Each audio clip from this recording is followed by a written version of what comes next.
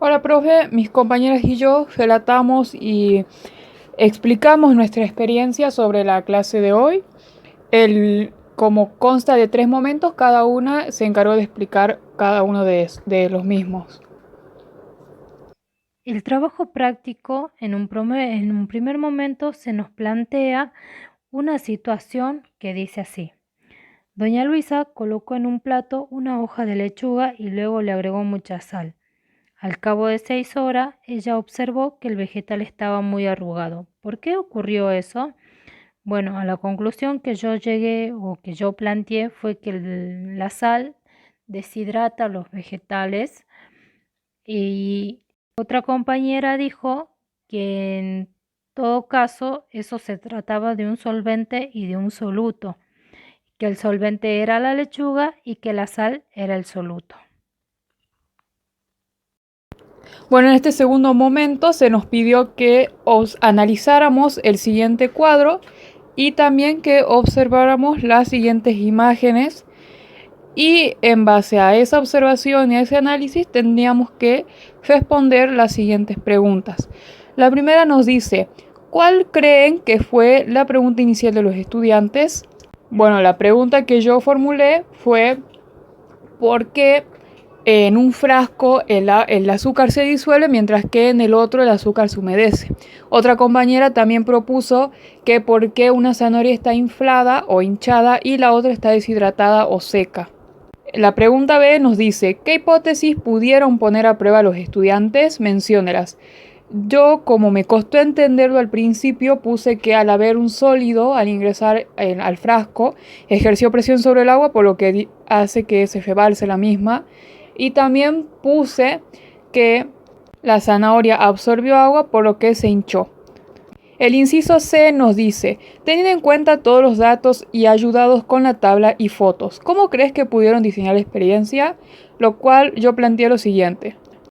Se les pidió a los alumnos que llevaran 2 frascos transparentes iguales, 2 zanahorias, agua y azúcar.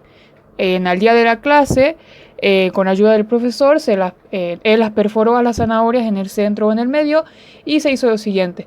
En un frasco se lo llenó de azúcar y al otro con agua. Entonces se sumergen ambas zanahorias en cada uno de los frascos. En el frasco que tenía únicamente agua se introdujo una zanahoria y en su hueco se le colocó azúcar. Y al otro frasco que tenía azúcar se introdujo la zanahoria y en su hueco se le agregó agua. El inciso D nos dice, vuelve a analizar la tabla. ¿Qué te sugieren los resultados? Bueno, yo puse que en el frasco A, al haber más azúcar que agua, el azúcar se iba a humedecer. Y en el frasco B, como había más cantidad de agua que de azúcar, el azúcar se iba a disolver. Y por último, el inciso E nos dice, ¿a qué conclusión pudieron llegar después de haber realizado la experiencia? ¿Coincide con las hipótesis planteadas en la actividad B? Bueno, yo tuve problemas para entender el cuadro porque el profe nos dijo que teníamos que realizar esto en 10 a 15 minutos y cuando ya estaba terminando el tiempo lo entendí bien. Así que sí, llegamos a la conclusión, gracias a mis compañeras también, de que este proceso era la ósmosis.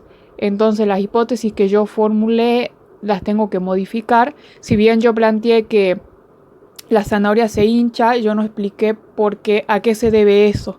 Pero sí, tengo que modificar mis hipótesis y todas llegamos a la conclusión de que este proceso es la ósmosis, el cual va a ser mejor explicado por mi compañera Belén en el siguiente momento.